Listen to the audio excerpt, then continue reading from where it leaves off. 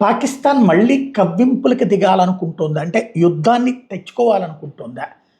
America అండ ఉన్నది అన్నటువంటి ఉద్దేశం. మొన్న కూడా అమెరికా అండ ఉంది పాకిస్తాన్‌కి. అమెరికా ఏమి ఆయుధాలు కావాలంటే ఇస్తది. అంతే తప్పించి యుద్ధం చేయదు కదా! ఉక్రెయిన్‌దే సాక్ష్యం. ఉక్రెయిన్‌కి అమెరికా ఆయుధాలు ఇస్తది. రష్యా మీద ఎళ్ళమని చెప్పేసి. రష్యా చేతిలో పిచ్చి కుక్కలాగా తయారైంది. రష్యాని దెబ్బతీసింది కొంతమేర. ఆర్థికంగా లేకపోతే సైనిక పరంగా.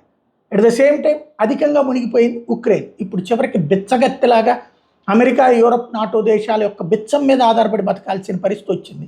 వాళ్ళ దగ్గర ఉన్న సహజ వనరులన్నీ అమెరికాకి దారాదత్తం చేయాల్సిన పరిస్థితి వచ్చింది. పాకిస్తాన్ అయినా అంతే.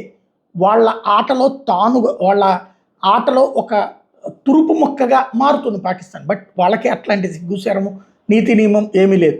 బట్ అక్కడ ఉన్నటువంటి పబ్లిక్ నుంచి పాజిటివ్ తెచ్చుకోవడానికి మొన్నటి ఓటమి నుంచి దారి మళ్లించుకోవడం కోసం, ఎందుకంటే పబ్లిక్ అర్థమైపోయింది అది పచ్చి దగా చేశారు వాళ్ళని అన్నటువంటిది.